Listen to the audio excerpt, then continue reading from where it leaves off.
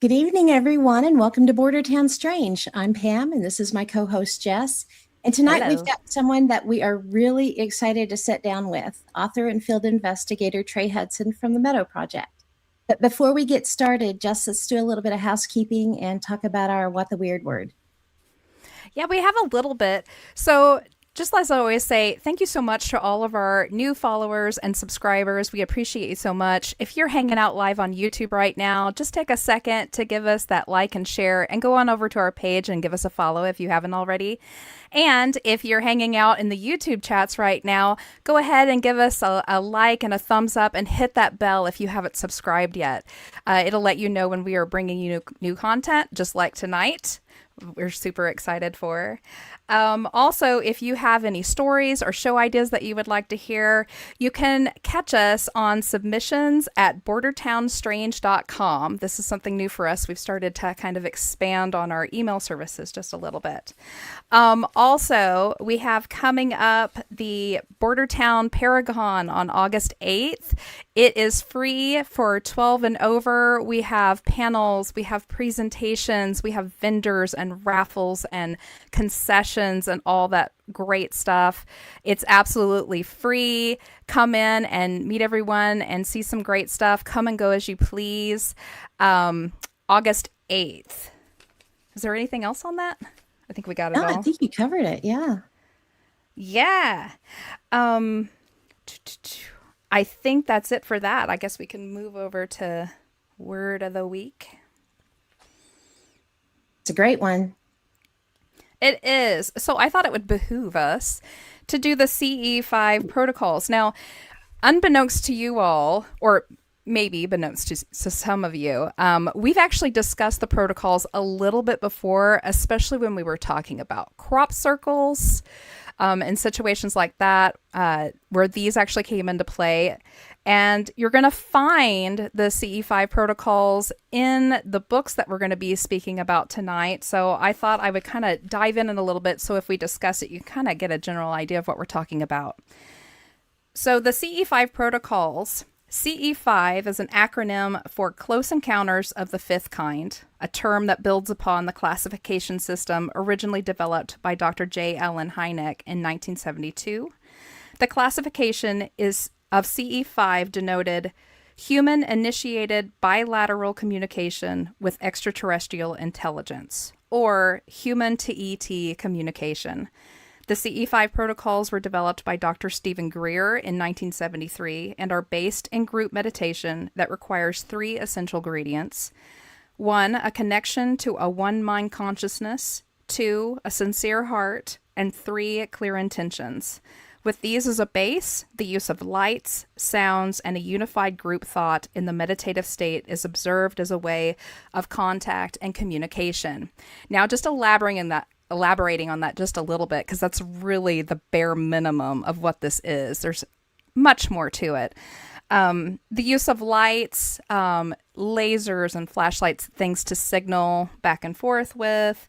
Sounds, they often use different kinds of beeping sounds. They use recordings that were taken from actual crop circles, and we've discussed that before, some of the crazy recordings they've gotten from crop circles and other things. If you are interested in the CE5 protocols, you can get up online and find the actual workbooks and stuff that teach you the original concepts and all the way through to even modern day, because everyone kind of adds their own thing to it. So if you're interested in that, go check it out online. You'll find lots on it. Great. That's a perfect one to use this week, too. So, yay. Yeah. All right. Let me switch screens here.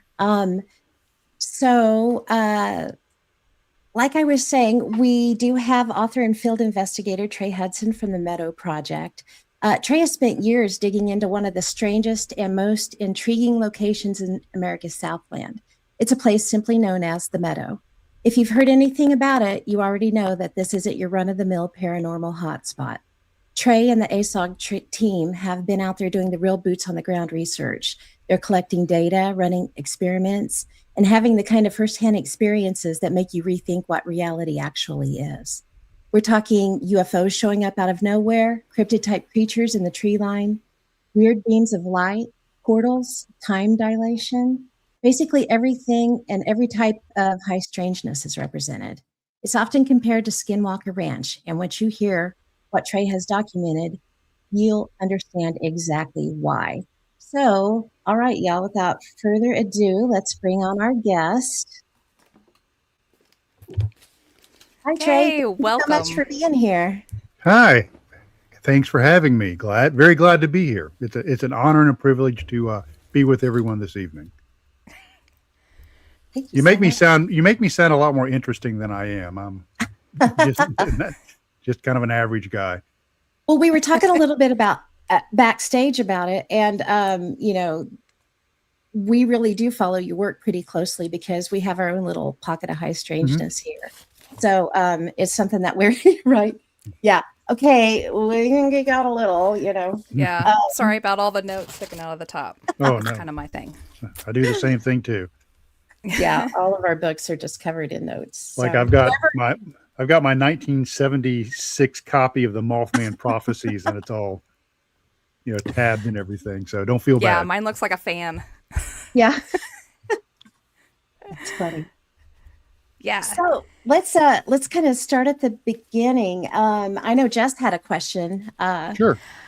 I did. Before we hike out to the meadow. I'd kind of like everyone to know a little bit more about you. I've been listening to some of the podcasts that you've been on and interviews you've had before. Nothing.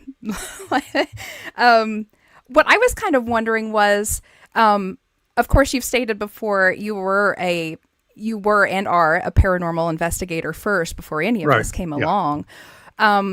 We always ask, what got you into being an investigator in the first place? Did you have an experience, or what got you there? Yeah, that's a great question. Basically, back in the 70s, way back in the olden days, I was this maladaptive little sponge, as a kid.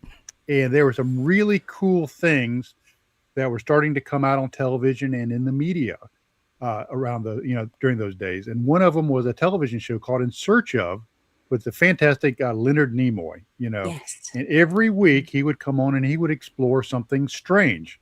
And they would always put it out there, this is just information for you to consider, make up your own mind. And they would do the Loch Ness Monster and Krillian photography and telekinesis and UFOs and Bigfoot. And so I would just be like this, this little freak sitting there in front of the TV show, TV, just watching this stuff. And then you had things like a really cool fake documentary called Sasquatch: A Legend of Bigfoot. So I saw that as a kid. Project UFO, which was kind of a highly fictionalized version of Project Blue Book cases that was run on CBS. And so, I love this stuff because, who doesn't? It was like a treasure hunt as a kid, but it was like real, it's like real mysteries out there. I didn't have to jump in the mystery machine with Scooby on Saturday morning. It's like these mysteries were really out there. And, so it was an honest, interest in it. And for example, when our fifth grade class drove from Atlanta, Georgia to Washington, D.C. for our fifth grade field trip, all the other kids, little boys had, football magazines and baseball magazines. And I was a little geek in the back with a UFO magazine. So, that was me. So fast forward, went through school, got into high school, graduated from high school there in the Atlanta metro area. Then I went to the University of West Georgia, which was lucky enough had Dr. William Roll, the famous parapsychologist, was on faculty there. Oh. And so I studied under Dr. Roll. And so, it's just like this natural progression. And, and then I graduated college. I was given a commission in the U.S. Army Reserves as an intelligence officer. I went off for 6 months to do that training. And then adulthood happened, crap, so I kind of had to put all this stuff on the back burner. In 2007, back during the heyday of all the paranormal shows on TV. And you remember Paranormal U and, Ghost Hunters and, just everywhere. I called a local paranormal group and I said, hey, this is kind of my background. I'd be interested in joining your team. And so I did that. So I got back into paranormal research. I was a nuts and bolts regular ghost guy, sitting in the closed businesses at night with my K2, listening for things and doing EVPs and, all of that stuff. And the founders stepped away from it. And anybody that's been in this business for a while knows that it's very easy to get burned out if you don't pace yourself. Yep, so the founders absolutely. backed out of it, and they gave me this paranormal research group. They said, here, it's yours to run. And it eventually morphed over into the Anomalous Studies and Observation Group, which is the group that I run currently. And ASOG kind of branched out into the more esoteric, holistic, explorations of all thing high strangeness. People say, well, what are you? Are you a paranormal researcher? Well, yes, I've done that and have been trained in that. Are you a ufologist? Well, yes, I'm a MUFON field investigator. Are you a cryptid researcher? Well, yes, I've actually done cryptid research with some very big names in it. But what I really am is a weird crapologist. If it's weird crap, that's where I want to go. And that's like kind of how I ended up with the Meadow Project 10 years ago. That is the best description I've ever heard. We've been trying to figure out a name for years. We went through the same situation. Our team started in 2012, and we were diehard ghost people. Oh, yeah. We didn't mix with the Bigfoot and the UFO, but being in an area of high strangeness, it kind of gets thrown at your face, and after a while, you have no choice but to investigate it also. You can't ignore it. It was really funny. Back in like 2013, before the Meadow Project, I was invited to go to a Bigfoot conference with a pretty well-known Bigfoot researcher as his guest. And I had on a shirt that said something like paranormal investigator, and all the Bigfoot guys were kind of giving me the stink eye. It's like, what the hell is that guy doing here? But during the breaks, they'd sneak over, and they'd look and make sure no one was watching. You go, hey, I want to tell you about something that happened to me. I saw orbs and shadow figures, but don't let these other Bigfoot guys know that, because that's paranormal. And so they, people were starting to actually open their minds up.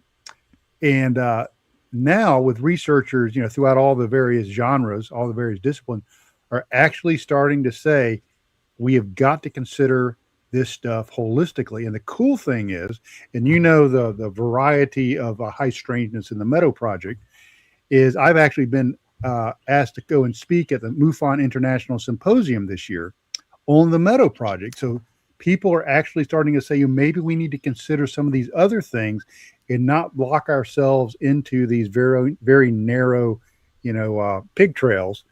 Yep. While we're missing everything else that's going on the sides. It was actually the MUFON board of directors that reached out to me. So I'm kind of excited about that people are starting to consider some of these other things.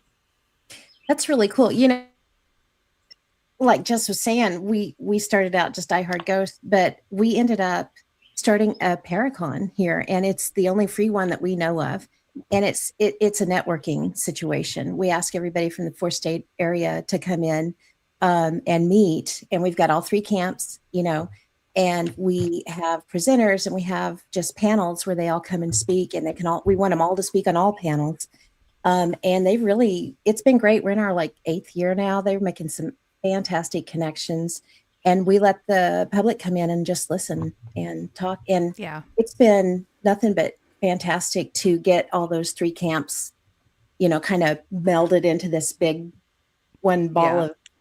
We force them into panels that they don't belong to. We put the Bigfoot people in the UFO ones and the UFO people in the ghost ones, and then so many friendships have come out of it. So I'm hoping that we're causing some action here in our little area. Yeah, it's kind of like band kids. You go sit over here at the football table in high school. Yes. Yep. Football players, you go sit over here with the stoners in the lunchroom. And stoners, you go sit over here with the band kids, and everybody gets to start interacting. Yeah. So that's the way to do it. I've never thought of it that way. It's like the Breakfast Club. We started doing the Breakfast Club. That's funny. Just don't you forget about me, okay? You got Perfect. It. Awesome. So let's kind of start at the beginning. If you could, I I don't know who in our group wouldn't know what the Meadow Project is, but could you kind of explain how it became and what it is? Yeah, it actually started off as a ghost hunting effort. Mhm. Is I was doing some research on an area here in the Southland that had a haunted road, and so I started really digging into the folklore of this, and it was like, the locals would say, "Don't go down that road at night; them haints will get you," that kind of Yeah. place, right? Yeah. So you tell me not to go there, guess where I'm going? I'm Uh-huh. there, I'm there, buddy. And it was one of those roads where, they built the road over the top of a graveyard, and, it really pissed the spirits off. And they would come up at night and their spectral fingers would run down the side of your car, leaving greasy streaks of ectoplasm along the sides of your Cadillac Eldorado or whatever you happen to be driving. And so I'm like, well, cool. That sounds really neat. And I was actually, I'd gotten to know a well-known Bigfoot researcher, Bob Wilson, God rest his soul, who was on the TV show Bigfoot is Real and, Yeah. things like that. So, I was talking to Bob about it, and he's like, that sounds kind of squatchy, So let's go down there and kind of do a joint investigation, and just see if, maybe Bigfoot is where some of these hate rumors are coming from. And so Bob's research partner, Daryl Neese, who is now one of my senior researchers with ASOG, he and I went down to the haunted road, and nothing happened. Nothing. It was a big goose egg, right? But Mm-hmm. Bob, when we radioed back to him, he said, "Hey, wait until I tell you what happened back here at camp." So we got back there, and what had happened is it was a February evening or January evening. I'm looking at my notes here in 2016, a little over 10 years ago. And it was January. It was in the mountains here in the Southland. It was 40 degrees, just icky, just a really ugly night. And so in order to keep warm, Bob has been drinking a lot of warm coffee to stay, warm. Well, the law of fluid dynamics came into effect, which is what goes in has got to go out, it's got to go somewhere. So Bob had stepped behind the camp to take care of some biological issues. And while he's taking care of that stuff, he sees a bolt of lightning because it was overcast and kind of cloudy. And he thought to himself, wow, that lightning bolt was pretty close. And it never occurred to him. He never heard thunder. And so when he's finishing up, he looks up and then he sees the moon come out, big luminous orb, except the moon starts moving sideways. Now, I don't know about Oklahoma, but here in the Southland, the moon doesn't move sideways. It moves sideways from right to left. It stopped. And then a black dot started in the center and expanded until you had like a white ring, kind of like a necklace of diamonds effect during a total solar eclipse. Mm. And then Mhm. it winked out. So when Daryl and I heard that, it's like, yeah, forget that haunted road business. You just had a heck of a UFO sighting. Let's check this out here. So on the next day, we started doing some poking around. And when Bob was doing some research into that area where base camp was, he had noticed that there was a large field about probably half a mile from base camp. You can't get to about road. You have to hike to it. So we went out there and we, did some reconnaissance. And what we discovered is it was like a big open field, about 8 acres. And it was a perfect place for research for several reasons. Number one, it was a big flat open expanse. If you had anything cryptid move through it, it was a natural track trap. It would leave marks either on the grass or on the ground. That's number one. Number two is at night you could put people on the periphery of it with thermal and night vision, and they could see anything moving across this wide open expanse. Mm-hmm. Number three, to the south of it was a tall ridge. And in the wintertime, when the foliage was gone, you could get up on the ridge and look down into this field, and you might flush something down into the field, or you had a higher vantage point where you could see things going on down below you. Mm. And last but not least, it had a wide expanse open of sky. So you could sky watch. You could see, things in the sky. Now, something I need to mention is this general area, and it's covered in the first portion of my first book. This general region is known for UFOs, Bigfoot, and ghost. All three of these phenomena are co-located in this general area. So we thought, well, this is just logistically a really, really good spot to do our research and investigations. It's isolated. It's so isolated that it's really funny when Tony Merkel, who was in the film The Meadow Project, says it was the most remote place he'd been to because there was no cell coverage. It was like miles and miles and miles and miles of dirt roads crisscrossing through this forest. And it was just, it was a place off the beaten path that was just a really, really cool place to do research. So that's how we found it. That's amazing. Yeah. It's fun when those little spots like that pop up too, because it's so incredible. Yeah. And my favorite thing is that you always say, follow the folklore. yeah, absolutely. We hold that true here. There's always a grain of truth in every crazy little legend and story. And if you find, a huge area where they seem to be popping out of the woodwork, definitely hop in there and see what's going on, because there's something fueling all those stories. Mm-hmm. Yeah. And it's really neat because, here in this part of the country, you have a kind of a juxtaposition of Native American folklore, in this area, particularly Cherokee. Mm-hmm. So they have their own very rich tableau of, folklore. And then this area also is very heavily populated by the Scots-Irish, who came over from, Scotland and Ireland with that very rich Celtic folklore, which really meshes nicely with the Native American folklore. So it's just really, really really a cool folkloric area to do research in.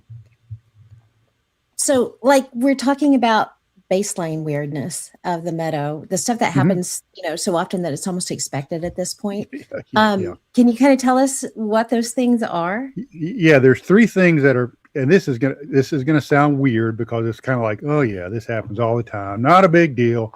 It's pretty weird, but three things that seem to be the most common are, number one, orbs and lights. And when I say orbs, I'm talking about your standard orangish yellow floaty orbs. And these, we call them fairy lights. They're very, very light twinkling of lights.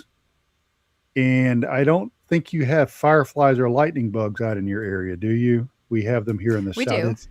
You do? Okay. It's like lightning bugs, but it's during the winter, so it's not lightning bugs. Oh, yeah. They're like these like tiny little flashes of light. But it's in the wintertime and all the lightning bugs are dead.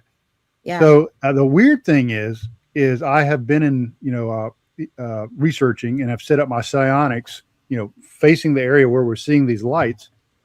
And in 10 years of research, I've only been able to capture it once. And it's crazy because you'll sit there and you'll see them going on all over the place. You're like, cool, I got my psionics running. It's going to amplify the light. It's going to be like a fireworks show when I go back and review it. Nothing.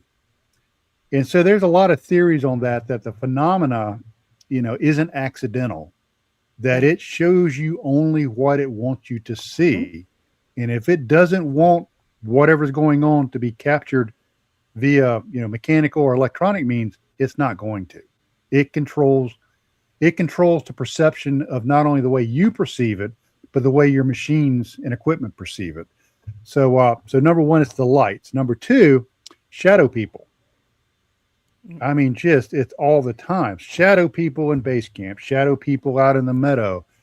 One guy said during an interview, it looked like Grand Central Station, just these, shadow people just constantly moving. And then the last but not least is disembodied voices. Disincarnate voices is you'll hear voices off in the distance. And I don't know if you're familiar with Ron Moorhead's Sierra Sounds. Yeah. It's very, some of them are very similar to the Sierra Sounds, that kind of what he calls samurai chatter, that kind of stuff. Some of it will sound like a woman speaking. Some of it will sound like two people speaking. And it comes from areas that, shouldn't have people. And it doesn't register on recording devices, which is crazy. We just cannot capture it. Cannot capture it on recording devices. So those are the most common. And, it's kind of become so commonplace. It's like, oh, well, there's a shadow person. Yeah. Okay. They're here last time. Yeah. Yeah, just We make have sure the you give same them. kind of places. Yeah, just make sure you give them your drink order, and tip them when they come. It's all good. That's right. So, That's fun. Do you have any idea or any thoughts, theories on what shadow people could be? I will tell you this: anybody that tells you that they know what's going on is either a liar or a fool. Yep. Okay, nobody knows Absolutely. what's going on, Mhm. and there are starting to become some very big names uh, in government and science and other places that are starting to say publicly, we do not know what these are. Now, that doesn't mean they don't exist, but these NHI, non-human intelligences, absolutely exist. Uh, my theory is the legendary John Keel, you know, Yeah. Yep. used the word ultra terrestrials. In my first Mm-hmm. book, I coined the term paradimensionals because I think that's a little bit better descriptor. Mhm. And I think these are intelligences that are above or outside of our dimensions. And for whatever reason, is their three-dimensional shadow of their multidimensional selves presents as a shadow. And we actually were able to capture one of these shadow people on film one time, which is really kind of cool. And if anybody's ever seen my presentation, I show that film clip. But I think they're a dimensional reduction of a multidimensional entity as it bleeds over into our dimension. Now, are they people, per se?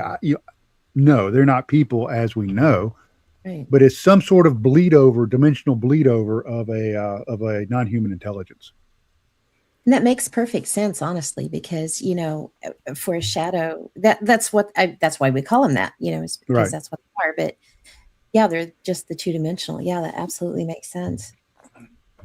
And I can get into like a really detailed thing of dimensional reduction, multidimensional reduction using tesseracts and all of that, but it's basically taking a multidimensional whatever and how you perceive it less one dimension. So Mhm. and I think that's all we can perceive is the three-dimensional representation of whatever this is.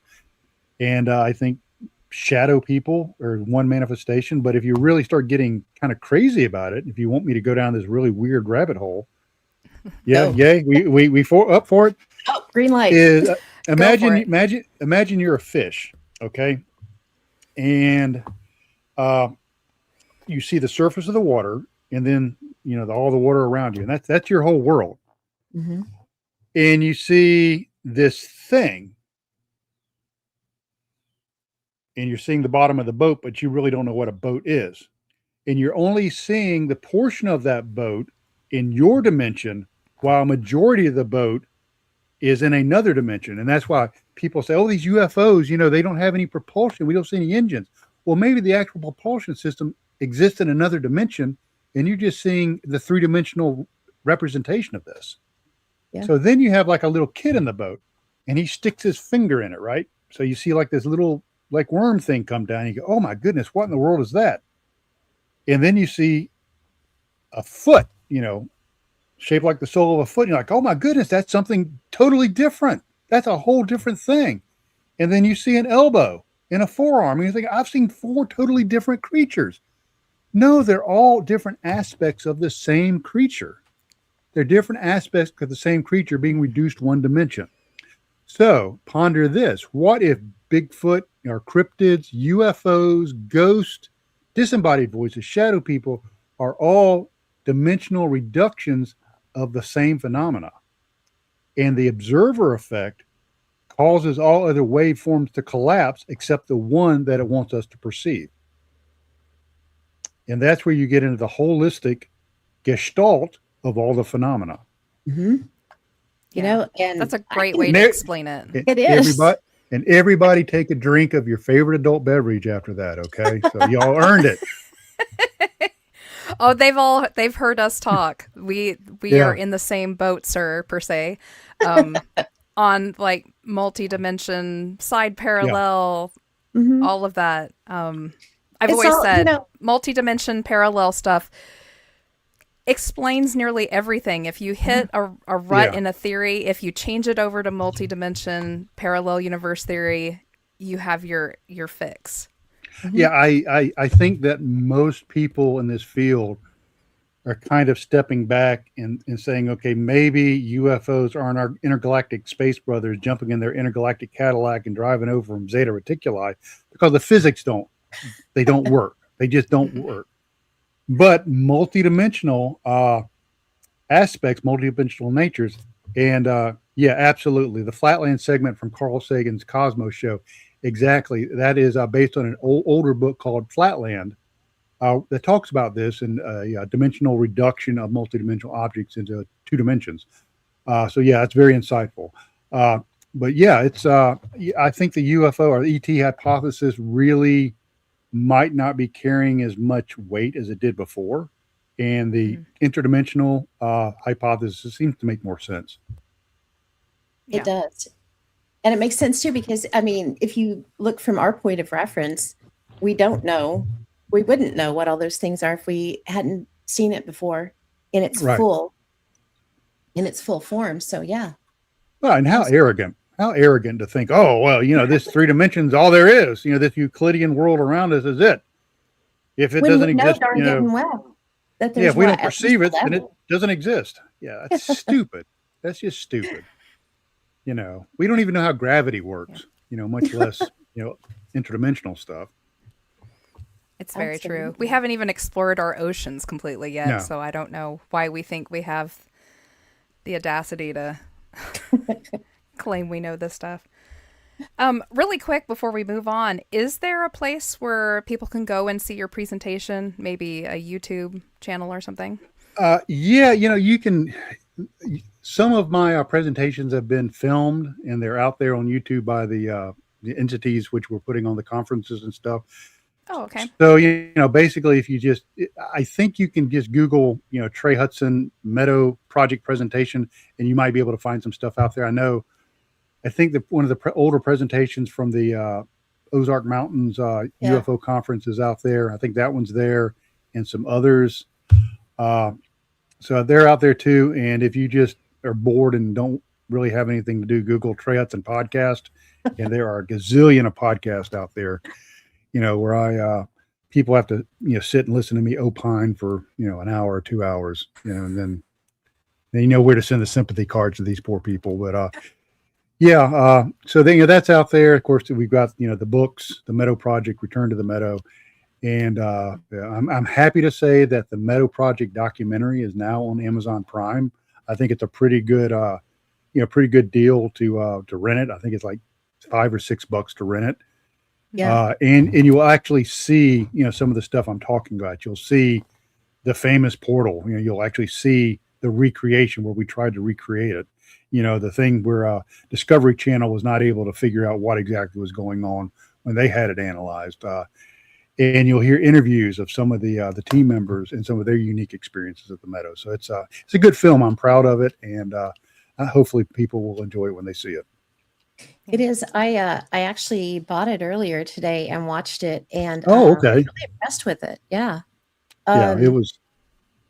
You've got a lot of stills and things, especially in book 2, but it doesn't do it justice. I would highly encourage anybody to watch the documentary. And the documentary goes over, hits the high points, but of course the books make an excellent companion to the documentary because there's so much more data, in the book. Probably one of the coolest things I think in book number 1 is after the portal incident is we went back to base camp and did a military type after action review, and the entire transcript of that AAR is in the first book. So you actually hear what people were saying about the experience just like 2 hours after it happened. So that's kind of cool. It is very cool. That's one of my favorite parts, and it's my investigator, researcher brain that loves the minutia of, getting all the information down in one spot. Can we let's go back a little bit. Sure. For those in the chats and who are listening who may not have read your books yet, can we talk a little bit about some of those very high strangeness activities Oh, that happened in those first times, that like the portal, and I think it was I've got Bob who literally got my was walking notes. and just went missing. I got Awesome. my notes ready. So is everybody ready Absolutely. to? Well, yes, we would love to hear about that from, the mouth of the Well, goat, as it well, were. Mr. Peabody, let's step into the Wayback Machine. Okay. So that's an old cartoon, if anybody remembers that. But anyway, Oh, we you do. know, I talked about in January 2016 when we, had the UFO in the sky and all of that. And, Bob, was taking care of his issues, back behind the tents. And so, it's like, wow, this is, really, really cool. So let's try to get a team together, get a group together, and come back and look at this. So we came back in July, almost exactly a year ago, July of 2016, or 10 years ago, rather. And we started looking at the Meadow a bit more methodically. We started kind of taking a military type operational planning, and putting that we're militaristic, but we use that kind of that planning template that makes a lot of sense, with having certain people in charge and teams and all of that. So we really started looking at it then, and that's when things started really popping. It was like the first time we went out there looking at it seriously, and it was absolutely amazing. One of the things that we were going to do is put teams out on the periphery of the Meadow. Like I had said before, we had them out there with thermal and night vision. And the idea was to take Bob, poor Bob Wilson, God rest his soul, and have him walk across the top of the meadow or top of the ridge to the south. And the idea was maybe he could flush something down into the meadow, or maybe he could see something going on around there. And we'd be able to capture it with our equipment while we were, down in the floor of the field.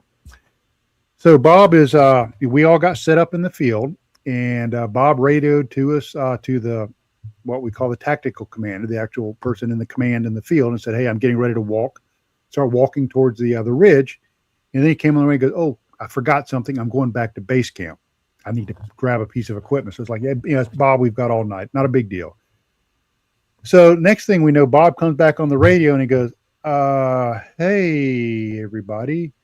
I'm at the tree across the trail." And in the film, you'll see the actual tree, where this happened. And he said, "I don't remember how I got here." So the first thing is Daryl Neese, who's one of my senior researchers, also a paramedic. So it's like, oh crap, Bob is having some sort of medical issue. That's the first thing. So he gets on the radio and he does a real quick medical assessment. He says, "Bob, can you feel your extremities?" "Yeah, I can feel my extremities." Can you stand on one foot?" "Yeah, I can stand on one foot." "Repeat, Mary had a little lamb," because we're thinking maybe he was concussed, maybe he was having a stroke. And he repeated, "Mary had a little lamb." Everything, his speech was not slurred. Everything was fine. And it's like, okay. So we did what a lot of people do is we take our normalcy box and we open it up and we jump in it and we close the lid over it. We had an extraordinary event and we want to paint it as normal. That's how people rationalize things. A very bad habit to get into as an investigator. But we did it. Absolutely. Oh, Bob must have just been really focused on the mission and just wasn't thinking and just, kind of came out of his train of thought and kind of spooked himself a little bit. And so it was just normal stuff, right? Well, we were wrong. We were absolutely wrong. And I'll tell you a little bit about that when I get done with this particular outing. Mm-hmm. So Bob moves across the top of the ridge. Nothing happens. He drops down to the west side of the ridge and radios to all the teams, say, "Hey, I'm in the west side of the ridge. I'm going to start working my way across the field." One of the closest teams to him was made up of Daryl Neese and a gentleman by the name of Tim Gillardin.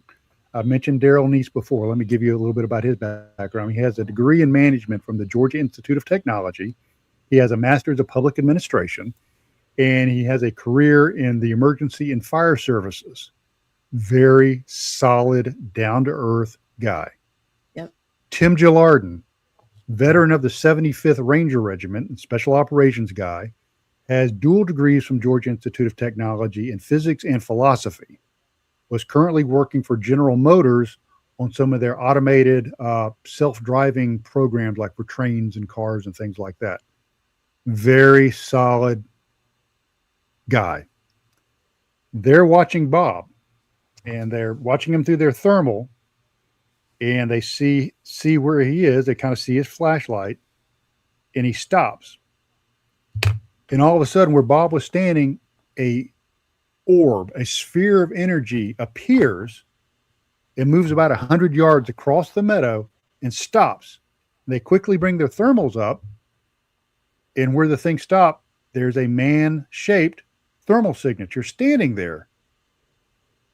So they get on the radio and they say, Bob, and they're watching this heat signature through their thermals, and they see the heat signature bring a radio up to its mouth, key it, and at that time Bob comes back and says, yeah, what's going on? Hey, you need to come talk to us. And Bob says, okay, I'm working my way over to you. So, and Daryl Neese in the film talks about this. You know, he was interviewed by the filmmakers, and Bob also talks about his experience in the film. And he gets over there, and they said, my God, you just turned into a ball of light. And Bob's like, no, I didn't. I just walked over here. They, no, you turned into a ball. How did you run? Because I didn't run anywhere. I just walked. So that was our first experience. And what happened, it's kind of like the dual slit experiment, okay, where you had two realities existing at the same time. The dual slit experiment, for those who aren't familiar with it, it's an experiment where you take a beam of light and you shine it through a slit, and the beam is individual protons. And depending on how you're looking at it, it will either be a wave on the receiving plate or a particle. It'll either have all of the particles in a vertical line, or you'll see a wave pattern, wave diffraction pattern. It's like the light is a wave and a particle at the same time, which is basically quantum physics on a micro scale. But we have to wonder, were we experiencing quantum physics on a macro scale where we had reality existing, where there were two realities, where Bob was both a ball of light and regular walking Bob at the same time? And it was different depending on who observed it. And that's pure quantum, effects there. Absolutely. So it's like, okay, I think we just probably have just peaked the Mount Everest of high strangeness, right? I mean, that's a big deal. Yeah. Hey, it hadn't even started yet. It hadn't even started yet. Later that night, one of my team members, it was manning base camp. We always have a radio net control operator that keeps a log of everything and kind of keeps up with the teams. Also, he's the emergency backup if he needs to call in, emergency assistance. He was noticing green lights coming over the top of the ridge coming into base camp. And he got on the radio and he said, hey guys, I see your green headlamps. Why are you coming over the top of the ridge when the trail is, 200 yards below you? And it's like, Glenn, we're still out in the field. And so he was seeing green orbs. Okay. So that's kind of cool. At 2:00 in the morning, one of my other team members got up to take care of some biological business, and he saw a white hominid peeking around a tree. In encrypted, research, you always hear about the tree peepers. They look at you and they go back. And when we were able to get a team over there the next morning, quite a few of us are trained trackers. We could find no spoor. There were no tracks. There were no compressed dirt, compressed vegetation. But it matched up with the folklore of the area. So it was not the first time that hominid had been reported in this area. So that's cool. Bob comes over to us the next morning while we were finishing up eating breakfast. And he goes, hey guys, I want to show you something. Now, Bob's background is he was a retired California law enforcement officer, spent many, many, many, many years doing backcountry search and rescue for the state of California with a search and rescue dog. Excellent outdoorsman. In being that kind of guy, he always carried a GPS, and he always had his GPS turned on with the tracking feature. So it would create a track line where he's been. And he goes, I want you to look at this. I had my GPS on last night.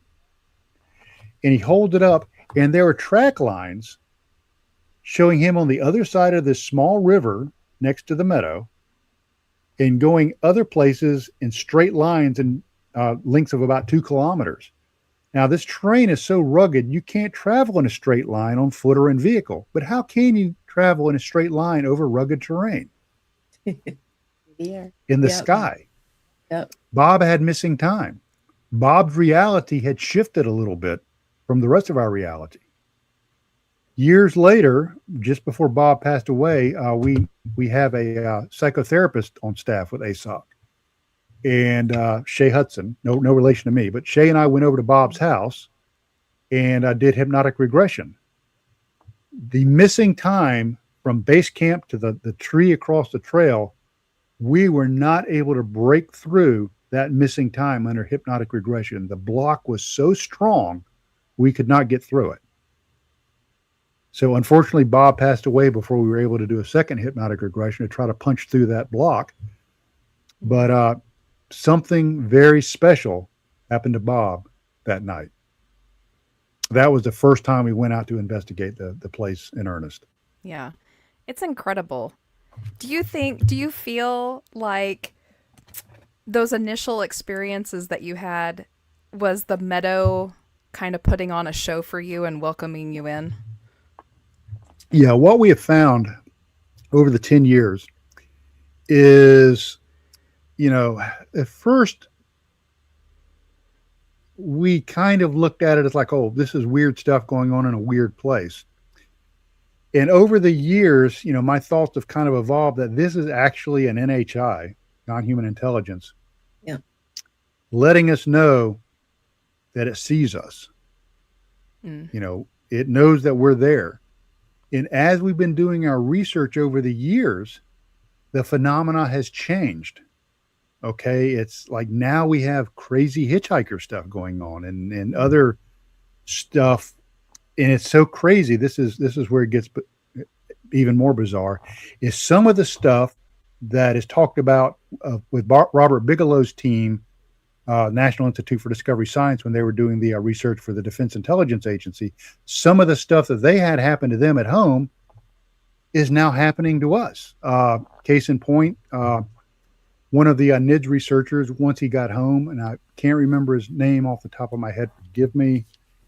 It's in my briefing, but anyway, he got back to his home in Virginia, and his family started noticing these large upright canines in his backyard. Fast forward in I think March of 2004, I was walking in my backyard 40 yards from where I'm at right now. And I think I had these photographs in my second book. I found canine tracks 6 inches in diameter in my backyard with a bipedal track line. So the phenomena is changing. It wants us to know that it sees us, and it wants to know that it always sees us. Yeah.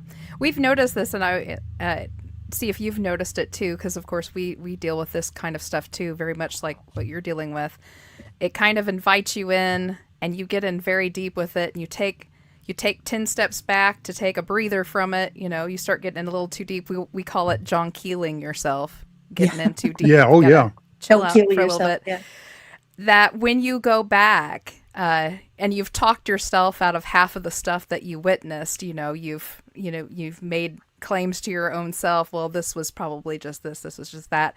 But it seems to just welcome you right back in, and then it shifts gears, it changes and evolves and keeps you on your toes at all times.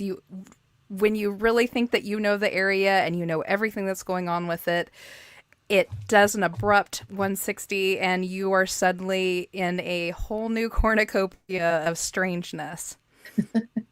I don't know if you've... Yeah, exactly. It's, it's not the phenomena we were experiencing back, at the beginning of this project is not the same phenomena we're experiencing now. A lot of it's very similar, but now it's very intimate, and I'm not saying that in a negative way. There are some people, in this field, and this really irks me. I'm going to kind of get on my soapbox here, that likes to paint a negative connotation on anything that's different. Well, that's demonic. You shouldn't mess with that. Well, I mean, I think you need to have your feet on the ground. And I always tell people before you go into this field, you need to have some sort of belief system. I'm not going to tell you what belief system you need, but you need to Right. have something to keep you grounded. And you're talking about being John Keeled. I'm not going to give it away, but Pam watched the film, and there's like a little John Keel twist right there at the end. Yep. That yeah, it's kind of like yep, I'm still here. Don't forget me. Kind of like in the Breakfast Club. Don't forget about me. Yeah. Yeah. One of our people in our chat room had a question Mhm. and asked, "Have you tried to replicate Bob's experience with another person under a similar circumstance?" No, and that was a command decision. What happened is when this stuff started happening, that was so weird. This was still kind of being done under the auspice of the Oxford Paranormal Society, and I had to step back. And it's like we are dealing with something totally way past, sitting in a haunted house, with your K2 meter and your audio recorder. This is way beyond this crap's dangerous. This is like really dangerous. So I started recruiting people from like special operations, intelligence, law enforcement, emergency medicine. I started bringing these people in that were used to following orders, that did not get rattled, and would stay on mission regardless how crazy it got. And that was when ASOG, the Anomalous Studies and Observation Group, really started coming into its own. And one of the things, we started developing protocols. And one of the protocols after Bob's experience is like, that could have gone south really, really, really bad. Yeah. And one of our protocols is we do not go out by ourselves.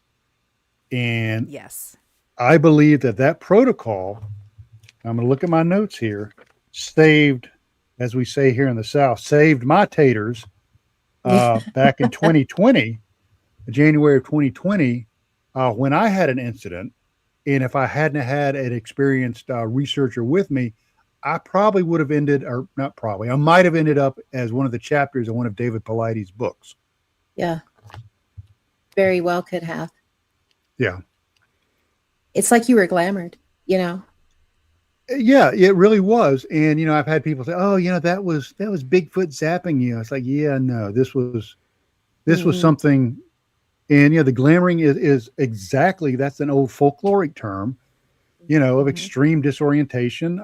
We've had that happen at other places. One of my researchers, who has done a lot of extensive God helmet stuff in the Meadow, basically had his world turned into the upside down at another location in another state. The phenomena, knows that we're here, and especially using the God helmet. It's like shooting up a flare in a darkened forest saying, hey, here I am. And whenever it wants to knock on the door and say howdy, it does so in very remarkable and, sometimes in rather disturbing ways. It does. yeah. Enzo said he, going back to what you were talking about, that you were getting radiation spikes in the area as well, Yeah. if you recalled. Yeah. Absolutely. Kind of putting on my old Army intelligence hat, one of the things that we always looked for as Army spooks was indicators, what we call signatures and indicators. Signatures are like, electronic spikes, whatever, and indicators are some sort of action or something that will give you a hint that something is about to happen. So what we have found is that radiation spikes are potential indicators for high strangeness. And it's not only at the Meadow, they've had radiation spikes out at Skinwalker Ranch. It was really kind of funny because on the TV show, they started talking about, oh, we got a radiation spike of, 0.12 microsieverts. And I'm like, I wrote about it before it was on your show. And, so our normal baseline background radiation is about 0.06, 0.05 microsieverts per hour. And we'll get these spikes up to, we have had them up to like 0.6 microsieverts per hour. Not dangerous, but empirically it's enough of a spike to, be significant. Yeah. And we even had one time we were out there doing some work with dowsing rods. We are not afraid to take different tools from different toolboxes and bring them out and try them. And we were doing some dowsing. And I don't know if anybody's familiar with the remote viewer Jessica Jones. She was out there, with us. She's a friend of mine. Actually, she and I were in the same remote viewing class. That's how I got to know her. But she was doing some work with dowsing rods. And one of the things, I had my Geiger counter laying on the ground, and I said, she goes, "Hey, if you're here, can you make this instrument read 0.13?" And sure enough, the Geiger counter went up to 0.13 microsieverts and stayed there. So there's something about these radiation spikes, and there's a lot of theories on that. One theory, I've discussed it with Dr. Simeon Hine over breakfast one day, is are these microsingularities, as these intelligences pop in and out of our existences, are they utilizing electromagnetic fields and my mind just went completely blank. But anyway, using different phenomenologies to come in and out of our existence, and are they causing these little microsingularities, which are tiny black holes, which burst little tiny bits of radiation? And it's like, that's how I can track you. Now, a lot of these other locations of high strangeness is they'll see these radiation spikes. Something else they will see is time dilation. Okay. Is we have one of the pieces of equipment that was recommended to me by the well-known paranormal researcher in the UK, Steve Mira. He recommended that I get something called a DT, or differential time meter. So I purchased one of these things, and we've had instances where, and it's in the film, where we catch a little instant where time runs a little bit differently at these places.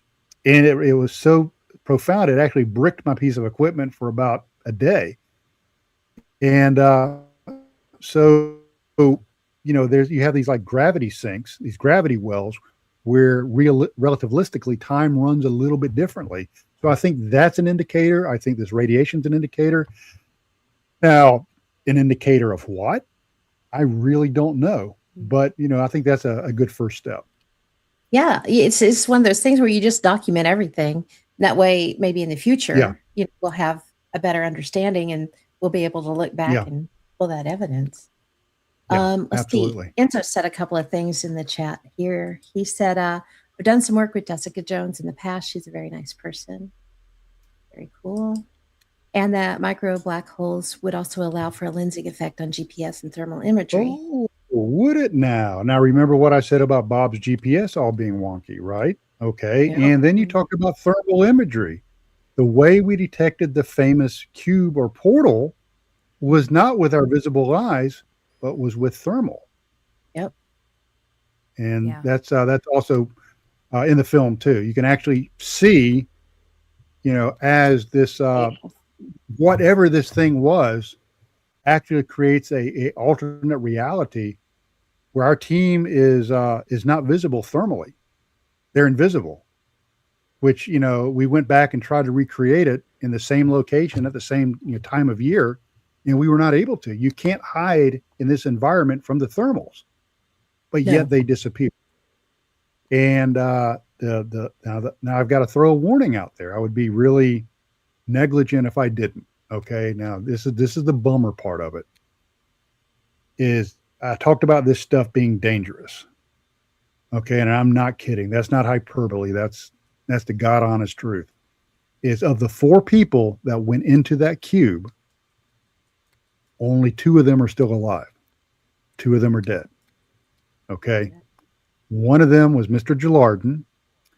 He had several years later, he had a sudden pulmonary edema, pulmonary embolism. I'm not going to go into what that was like, but it was really horrible and gory. He died. Very fit guy, former U.S. Army Ranger. Bob Wilson's cancer came back with a vengeance. His prostate cancer killed him. The person that shot the video and Jess, I don't know if you've seen the film or not, but in the person that shot the actual portal video, she has nasal cancer. I have developed. I was one of the people that went into Oh, sorry. Said, you're kidding. And I was one of the people. Yeah. And I was one of the people that went into the portal. And I was diagnosed with a skin disease that is a genetic mutation that's only seen in infants. I'm a 61-year-old man. My dermatologist has no idea what's happening. Wow. You go and you read, some of the stuff by Gary Nolan, Defense Intelligence Agency, and skin lesions and stuff like that are part of the part and parcel of encounters with high strangeness. So I've got to throw the caveat out there that if anybody is thinking about getting into this business, is you really got to know what you're getting into, because it can create not only a physical toll but a very severe psychological toll. There's a reason we have a psychotherapist on our staff, because you can get PTSD from some of this stuff pretty bad. And so I just have to throw that out as a public service announcement. I don't mean to be a Debbie Downer, but I'd be really negligent if I didn't at least bring that up. We've run into some of that ourselves. Yeah. Absolutely. No, that absolutely needs to be said out loud, especially for I'm people who are, in the chair. are incredibly interested in this stuff and feel like they can just kind of go out and take some of this stuff on themselves. You really need to be thinking about the consequences. And it's been known for years. People that have had activities with high strangeness or UFO encounters will often come out with horrible, eyesight problems and cancer and skin lesions, and often don't last quite as long as they should have, or if it was a really big experience, can be gone within years. So always take that with a grain of salt when you're considering walking into an area like this. You're go prepared and be ready for what you're getting ready to maybe take on. Am I saying correlation is causality? I'm not saying that, but I am telling you this, that I always wear tinfoil underwear when I go out there, just in case. Can't hurt. I crinkle when I walk. Enzo said interacting with the space-time warp that's emitting exotic particles and radiation is highly dangerous. Yeah, it is. It is. And that's why we carry Geiger counters. And that's only known radiation. So, we make sure that it doesn't. We don't wear dosimeters. That's a whole other expense that we don't have the money for. But we do carry Geiger counters. Yeah. You were talking about using the new piece of equipment for the time dilation and things. Mm-hmm. I think that's fascinating, and I really want one. But we kind of go old school on that, and Jess kind of stumbled across it in a way that was interesting. But so if somebody doesn't have the ability to go out and purchase a piece of equipment, Jess, do you want to kind of talk about what you do to how you learned that we were coming up with missing and gain time?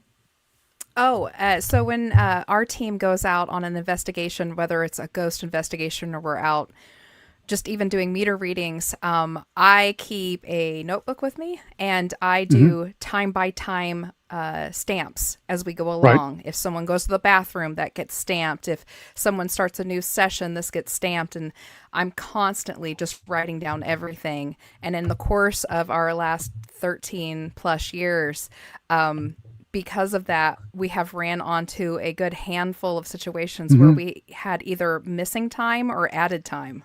Right. That could almost be accounted for, right then and there. Yeah, we do the same thing. We have somebody that stays at base camp and has a log, and they write everything down, and and they do an hourly check. Everybody do a time check on the hour. So, yeah. Jess has notebooks. Ian. What? Yeah, Ian also wants to know what taters are. Oh, Ian is one of our. He's from the England area. So England, as Samwise Gamgee said in Lord of the Rings, potato. Those are taters. Yeah. Ian loves mocking our American colloquially. No, I can't even say that. No, he's going to make fun of that. Our American sayings. I'll say it so he can drink. Vehicle.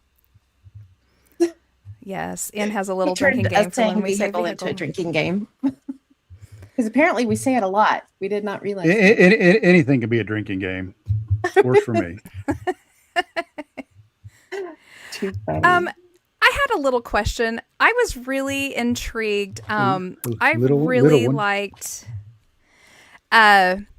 There was for a little while where you were introducing little experiments into the meadows to see if you could get anything to interact or move something, Right. over the course of like 24 to 48 hours. Right. And I know in the books you said none of them actually kind of worked except for at one point I think a magnet went missing. Yeah. But I kind of wanted you to elaborate on that a little bit.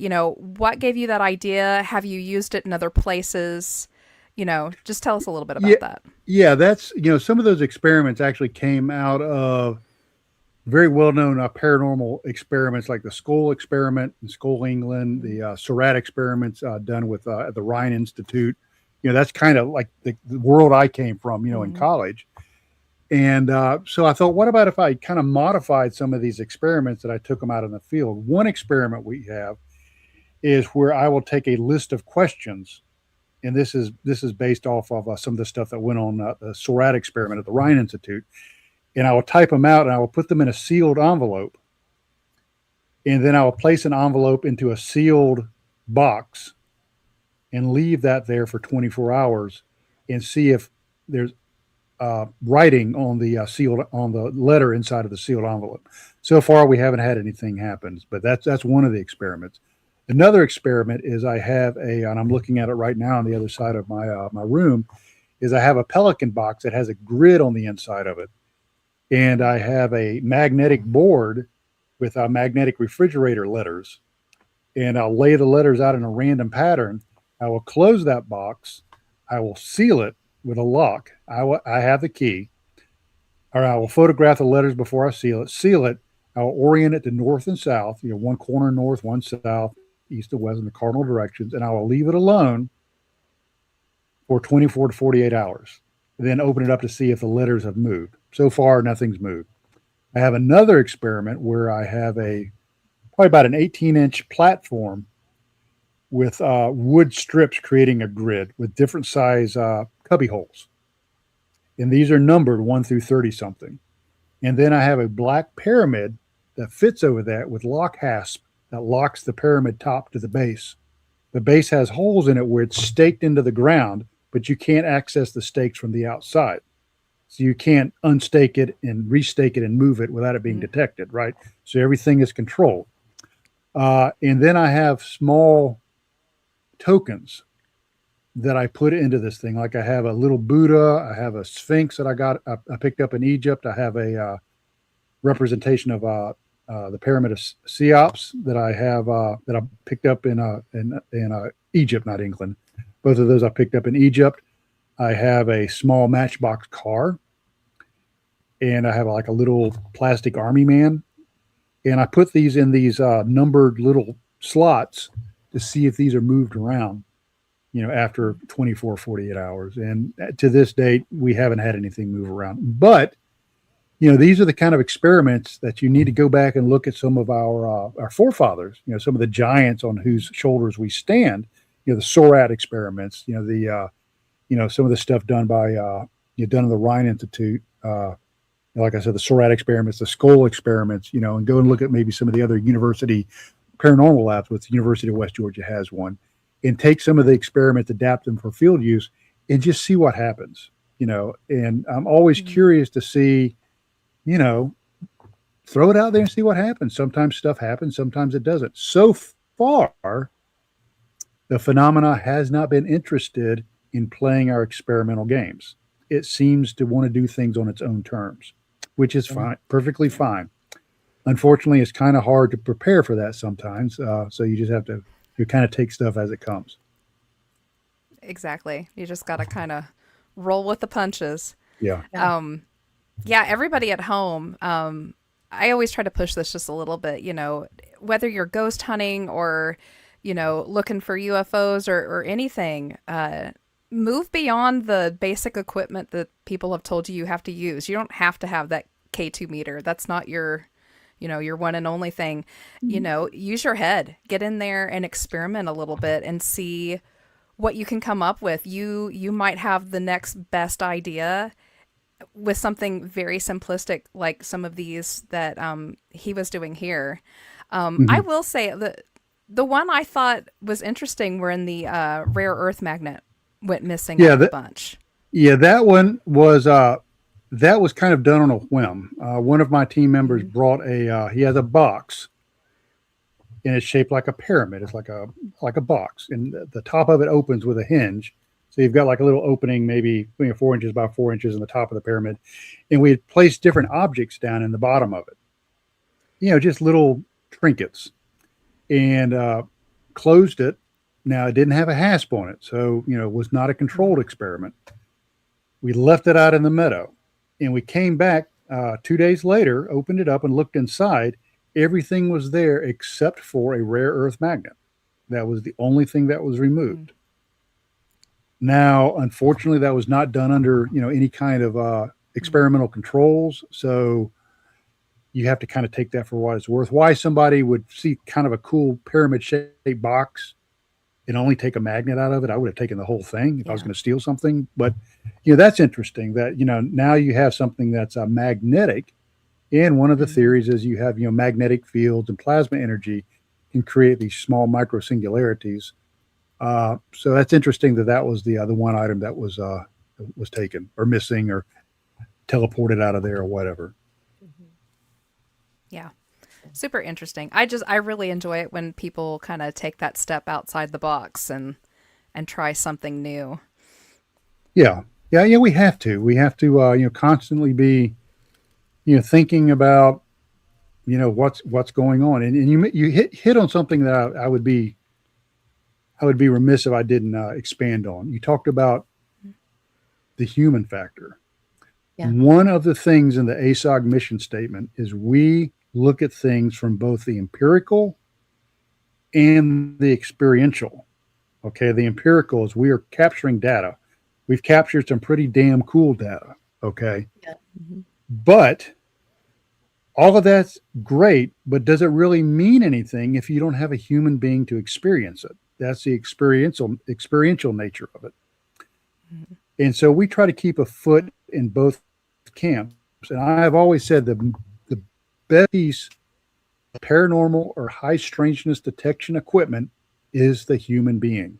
Is we can detect stuff, just based on the senses that we're aware of, and quite frankly, probably some senses we're not aware of, much better than any piece of equipment. Yes. And yet another reason to never go investigate alone. Not only is it helping to protect you in case you get yourself into a pickle, but you have someone there to witness what you're seeing too. Someone to corroborate your information. Because as well as I do, 99.9% of the stuff that you experience, you can't scientifically write down. You can't make it, writable information and prove to someone, yes, this happened. It's all going to be just you took it in, you saw what happened, but there's no way to record it. But you have a secondary person there to corroborate your story and say, yes, I saw that too. Yeah, that's one of the things that I'm very happy to say is, of course I have detractors saying, you're full of crap. And that's fine. I don't care. I'm not responsible for your belief system. That's your belief system. But I have 10 people that were with me when this stuff happened. The famous portal thing. There were 10 people there. And every single one of them will corroborate that. Many of them have gone public and corroborated it. Two of the most vocal people that have gone public is Kristen Payton, who shot that famous video. And Jessica Jones has gone public with it. So those are two voices right there that have no problem corroborating everything that went on that fateful night in February 2017. Amazing stuff. And what's interesting is, like, we're talking different types of equipment and things too. Just the flare, even though it wasn't recording at the time, I don't believe it was, when Bob turned into the orb and then shot 200 feet. it wasn't recorded, but people saw it, and Bob didn't realize it happened. Right. So it makes me wonder how many times things like that happen that we don't realize, just because we haven't been able to. Right. Yeah, because you don't have another point of view. Exactly. Yeah. Our experiences, and this is where it starts getting really complicated, is everything is subjective. Reality is subjective. Your reality might not be the same as my reality. I think it probably is, but then again, that might just be wishful thinking on my part. And so when you have two people that have an agreed upon reality, and especially with agreed upon experience, that adds weight and validity to that experience. And now, of course, you're always going to have your detractors. And I did not get into this business to have people agree with me. Quite frankly, I'm 61 years old. I don't care if you agree with me or not. It just doesn't matter to me. But it is always nice when you have somebody that you can say, yeah, I was there, that happened. And it's even super cooler if you've got something to say, yeah, and I got this video or this audio or this, logging application on my Geiger counter that shows these radiation spikes or whatever. It is. We've had that happen. And I know some of your team has had things that have been recorded and then it's gone off of their cards too, later. Oh, yeah. Yeah. That's happened to us. It's so Yeah, frustrating. that was one of the things that was frustrating about Bob's GPS experience is, it's like, hey, when you get home, download that, send it to us, the data, we'll pull it up on our geographical programs, and we'll all do an analysis of, your track line. And he got home and all of it was erased. There wasn't anything on his SD card. It's like, it's like it's dangling a carrot in front of you. Ooh, yeah. You've almost got it. Let me jerk it back Well, the last one. One of the most sober voices right now in all of this is Steve Mera in the UK. And I advise people, just listen to some of Steve's stuff. It's really good. And one thing he talks about is the phenomena will let us see what it wants us to see. And if it doesn't want you to see it, you're not going to see it. Or you may see something and your device records something entirely different or nothing at all. Mm-hmm. So it's, it's kind of like playing poker with someone that not only has all the cards, they've got all the money and everybody on their side, and you don't even really have a seat at the table. Yeah. So, when you start, looking at it through those optics, it's kind of, makes it seem kind of futile to even try to keep records and record things. But, I'm going to keep on chugging along as long as, the good Lord keeps me vertical and lets me do so. Absolutely. It's all, we're talking about, maybe it's all one thing, a trickster. Yeah. That's the only, the best term that we have for it at this point. Yeah. Yeah. Oh, interesting stuff. Yeah. So I was going to talk a little bit about the crazy businesswoman that showed up. Yeah, that is a weird one. I still don't know what to make of that. Yeah, I'm going to let you tell that little story, if you would, please, about kind of how she came in, and then, of course, later on when you found out a little bit more information on her. But I wondered if maybe she wasn't being used as kind of a red herring type situation. But I'll let you go ahead and tell that story if you would. Yeah, the businesswoman of the forest.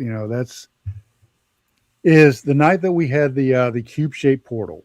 We were all very excited about it because, to our knowledge, that was one of the few, if not the only times that an actual, portal, that's just, I'm just using that as a label. I don't know what it was, but, that was actually captured on film with multiple witnesses. We thought this is pretty cool.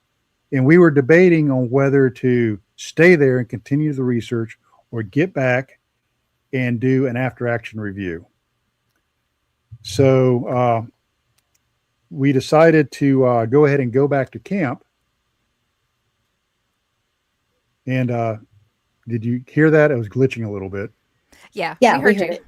Okay. Yeah. So we decided to go back to camp and do a quick after action review. And about the time I got ready to go back, my base camp operator came and said, "Hey, Trey, there's someone here that wants to see you back in camp." I'm like, "Yeah, Glenn, I'll be there. I'll talk to you when I get back." He goes, "No, it's not me. It's somebody else." So, okay, this sounds very odd. So we made it back to camp. And when we got back to camp, and I imagine this is February in the mountains, it's cold. We are literally in the middle of nowhere, so remote, there's not even a cell signal here. And I walk into camp, and here's a businesswoman standing there. She's wearing slacks, a blouse, and a blazer, and loafers. And she has a 15-year-old-ish male with her. She comes up, and she says, "I need to tell you about my experience."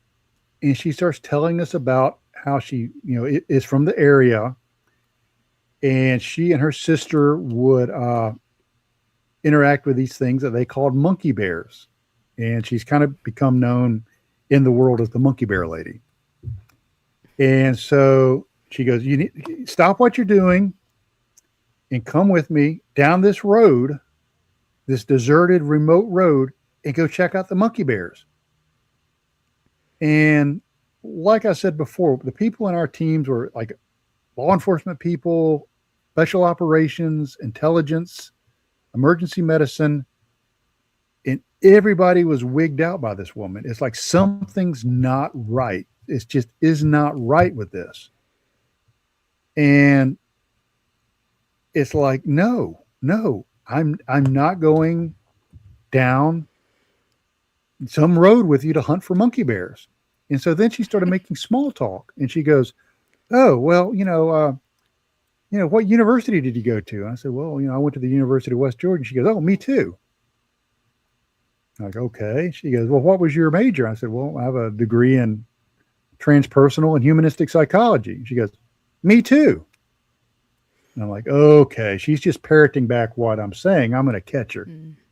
I said, "So who were some of your favorite professors, there in that program?" And she named people I actually knew, professors I knew. And I'm like, "Okay, this is wrong. This is wrong." And so, I've been to Afghanistan. I've hunted big game in Africa. I was an Army officer. I don't get rattled by stuff like that too easy, but this kind of had me feeling kind of odd. And Tim, my friend that was the ranger guy, special operations guy, he was getting a little weirded out too. It's like, something's not right. So the woman gave us her name, and she departed. And the more I started thinking about it, I'm like, okay, so in the history of high strangeness, who do we have that has been recorded coming to people that have just encountered some sort of incident of high strangeness? They don't seem properly dressed. Oh, something else I left out is during the course of this conversation, the woman stopped, walked about 15 meters from us, squatted down and urinated in front of us. It's crazy. Thing is weird. So who do we have that, contacts people after high strangeness, dresses oddly, doesn't understand niceties and human interaction and what's proper and what's not? Where have we heard about this before? Well, John Keel talks about it in his books, and other people talk. Nick Redfern talks about it. Men in Black, Absolutely. or Women in Black. Yeah. So I'm like, I don't know. I just don't know. So we did some research, did a little data mining, and the person that she said she was, we found online. She is a professional person, like a profession that requires a license. So I'm not going to go into that because I don't want to, risk anything. And the photograph, on the stuff that we found matched the person that we saw. So I'm like, yeah, I don't know. I just don't know. So I wrote about it in my first book, the Mysterious Businesswoman of the Woods, or I think that's the Businesswoman of the Forest. And so fast forward, I get a call or a message, Facebook message from a psychotherapist in Turkey. And he goes, "Hey, Mr. Hudson, I'm, so and so. And I also went to the University of West Georgia. And I was wondering if you'd ever heard of a place called the Carrollton Vortex." And I'm like, no, I haven't. He goes, "Well, Dr. Roll, I was his graduate assistant. We went out there a few times. He was wondering if Dr. Roll ever took you out there." I'm like, "Well, no, that was later, after I'd already graduated." And he goes, "Hey, tell me about this businesswoman of the forest." And I started talking to him about her, and he goes, "I think I know her." And I said, "Yeah." And he goes, "No, she's a real person." And he goes, "And she was kind of a sensitive, right?" So, I kind of started thinking about this. I'm like, yeah, maybe I better kind of start, reeling back the mysterious businesswoman of the forest. This is a real person. Maybe it was just odd.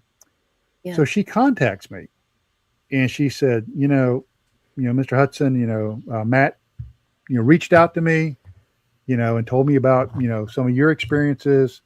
I just want to give you my side of it. I had a bad day at work, and I drive around in the middle of the woods to unwind. And I had seen a Bigfoot sticker on the back of somebody's vehicle, and I wanted to come tell you about the experience with the monkey bears. And I did not, now that listening to the podcast, I know that y'all had something remarkable and you were trying to do a debrief, and I understand why y'all were a little off-putting. I am not a woman in black. I was not under the control of anything. That's all there was to it." And so, I kind of take that at face value. But then, I talked to Matt some more, and he goes, "It still seems weird. It still seems weird." So Yeah. I don't know what to. Yeah, there's too many synchronicities. She showed up at the Yeah, right time to interrupt. And regardless if she's not a Men in Black, it makes you wonder, did the Meadow present that to you as like a red herring? Was it throwing that proverbial wrench into the works? And, Yeah. sending you on another Well, and weird... you have to wonder, can the NHI, instead of a wild goose chase, a weird goose chase? Yes, right. Yeah, exactly. It's you have to wonder, does the phenomena influence us maybe without us realizing it? And was it, like you said, a weird synchronicity where the NHI had influenced all of us to be there? Whatever its purposes are or its goals, I might not even be able to fathom, what its ultimate goals are. So, I have to, the businesswoman or the monkey bear lady, I just have to, I wrote a new chapter about it in my second book with all this new information. And I lay it out there and, tell the reader, just make up your own mind about it. I still don't know what to think of. It's crazy. Yeah, it is. But frankly, after you've read that far into your book, nothing is really surprising you anymore. No. I mean, it's this is something new and fun. It's actually a saying we have, and it's kind of funny. It's like, yeah, it's the Meadow. It's the Meadow. I had a film crew out there one time, and there was like about an 18-foot area where the videographer, he had a commercial grade piece of equipment. He would step into this area, his battery would drop down to 10%. He'd step out of it, it'd go up to 80%. Step back into it, it'd go to 10%. It's like, I don't understand. What's happening? It's like, yeah, it's the Meadow. It's just the Meadow. Just don't worry about it. Yeah. Just go with it. That's crazy. Yeah, So, yeah. is there anything else that you would like to talk about that maybe we've not hit on, or something in your newer book that you'd kind of like to put out there and interest readers? Yeah, there's just so much going on. I talked a little bit about the cube in 2017. Basically, what we did is, one of the teams, we were starting, well, not just one of them, several teams were starting to detect these cube-like effigies on thermals in different parts of the Meadow. And we were able to get over to one of the teams that had just witnessed one dissipate, and we were able to dispatch a team to it. And when they got to the edge of where where that was, the edge of where the cube was, they passed the threshold and disappeared off of our thermal. And they described the environment beyond that threshold as being different. Like when they went in, they did not encounter any brambles or briars or anything. But when they came out, 180 degrees came out, they were getting tangled up in tree roots and stuff that weren't there before. Once again, one has to wonder, was that another instances of two realities existing in the same place at the same time? Reality where inside of this cube, that didn't exist, the brambles and the briars, it was very dark, it was cold. And it was also, the typical forest, that we were in. So, that's another weird thing. Some of the stuff I talked about it evolving. Now we're starting to get into mind speak in dreams. I had in 2020, we had gone out and had done a CE5 and nothing happened. And this was like, we probably had 7 trained remote viewers as part of the CE5 team. Nothing happened. And it's like, well, crap, nothing happened, doggone it. So we go back to camp, and this is how the phenomena changes. Is we were rather, kind of disappointed. And the next morning, one of my team members, a gentleman by the name of Tony, U.S. Air Force Academy graduate, has a degree in engineering, worked in special operations at the Air Force for a while, and is now a top-tier consultant in his career field. I'm not going to say what it is for various reasons, but very solid dude. He said, Trey, something weird happened. I'm like, yeah, this is the Meadow. Okay. Suck it to me. And he goes, at 04:30, I woke up from a dead sleep and I had these words just etched into my mind. And the words were Knox Magbe, Noxmagbe, phonetically spelled. He goes, but I heard them, Knox Magbe. And he said, then again at 0600, I woke up with those same words, in my ear. He says, does that mean anything to you? I said, well, no, not off the top of my head, but I'll certainly research it. So I went and I started researching.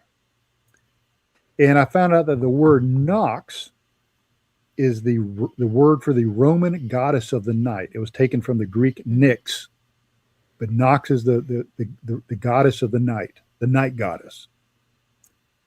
And so Magbe or Magba was a little bit more convoluted, and I found that in the Old English poem Beowulf.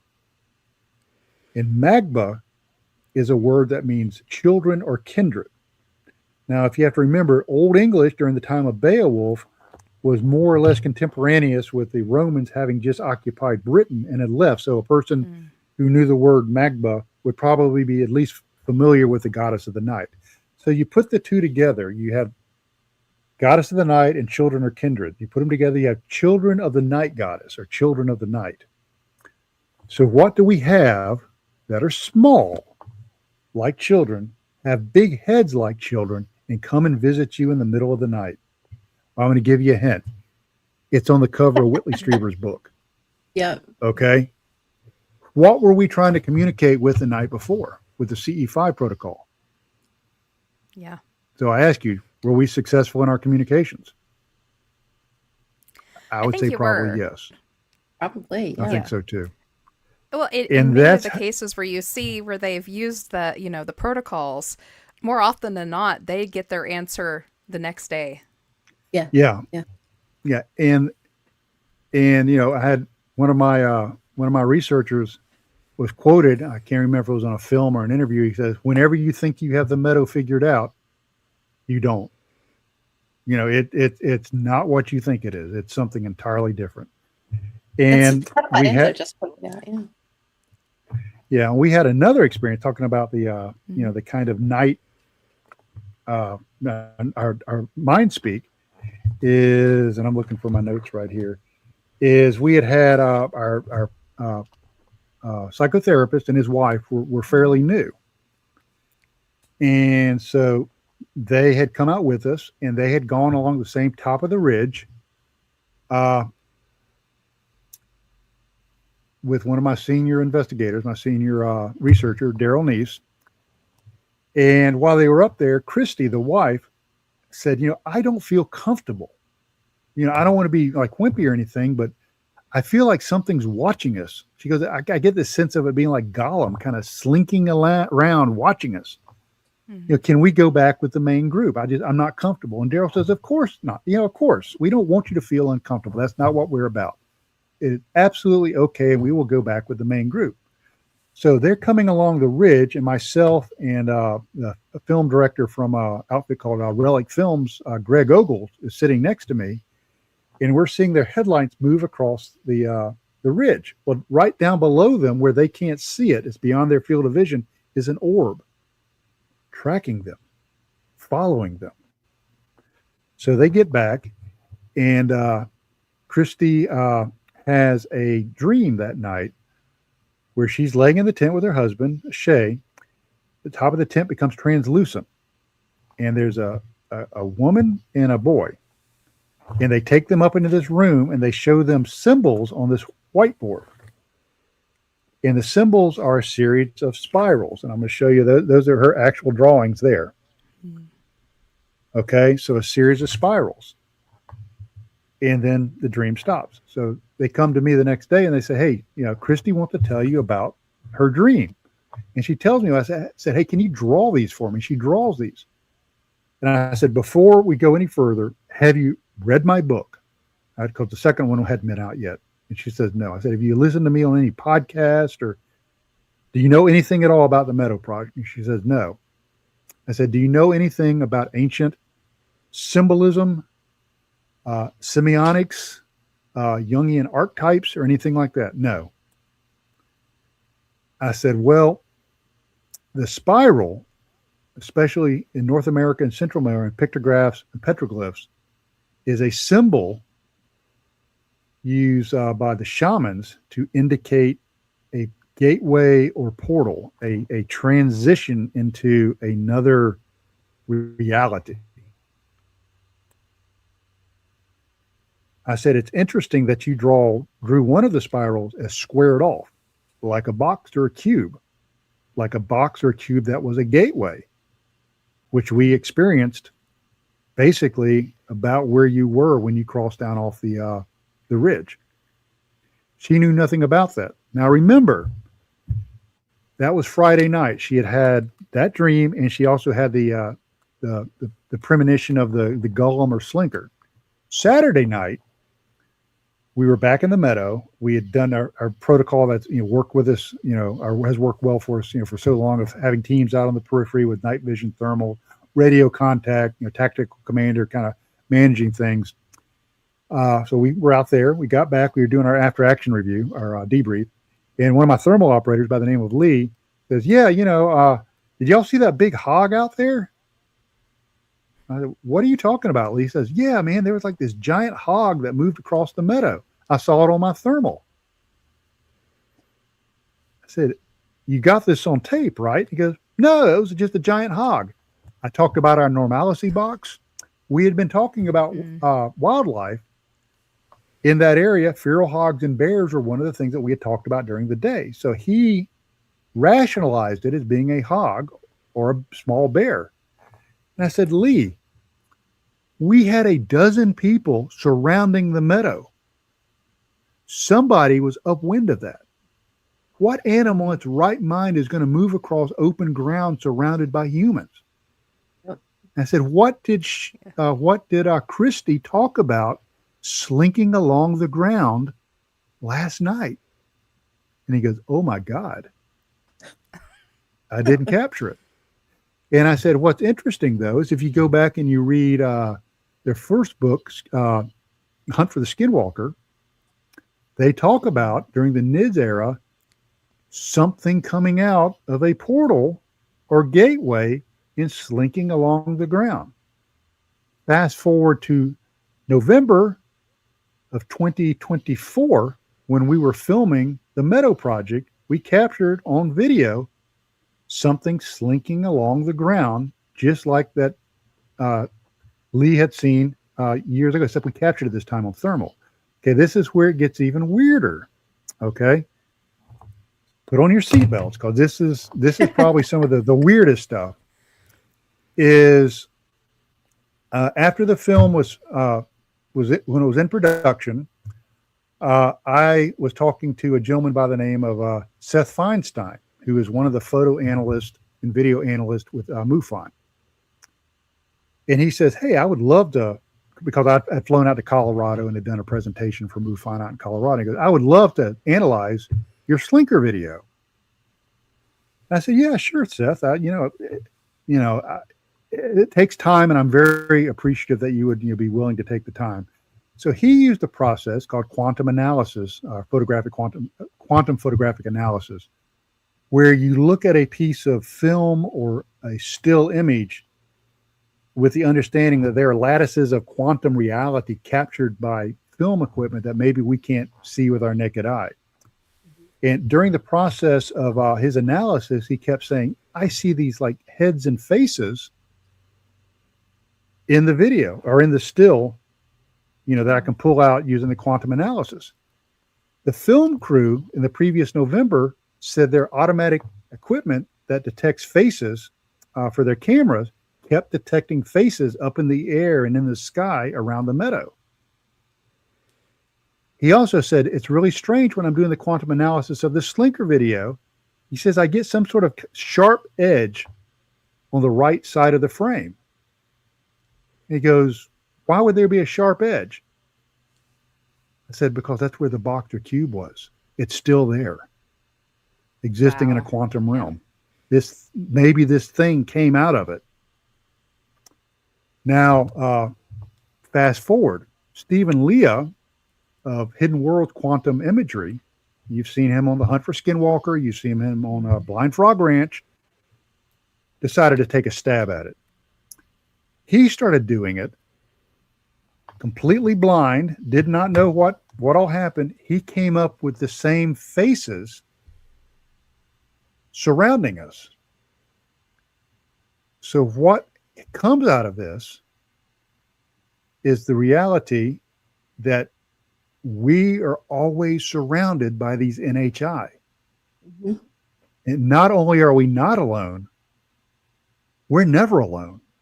And that may be some of the stuff that's so unnerving that the government doesn't want to release. That we are absolutely at the beck and call of whatever these NHIs are, and there's nothing we can do about it. As I said in the old Outer Limits show, we control the vertical and we can control the horizontal. And it's interesting because I had two people blindly analyzing the same footage, both coming up with the same results of these disembodied faces existing in a quantum realm, backed up by the film crew in November, several months before, having their auto face detecting equipment on their cameras, detecting faces in places where there shouldn't be faces. Makes me think of the dicyanine goggles. Yeah. Is that what they were? Yeah, something like that. Yeah. Yeah. Yeah. Yeah, it's the Meadow. Yeah, it's the Meadow. Right. It's weird. It's weird. Enzo had a question. So He said, does the box portal always appear in the same place, or does it move around the meadow? Great question. We have actually detected it several times. In February of 2017, it was first detected that I know of by Daryl Neese. He and I, Tim Gillardin, and Bob Wilson were up on the ridge. We were the ridge team looking down. And Daryl's looking down in the meadow with his thermal, and he says, that's weird.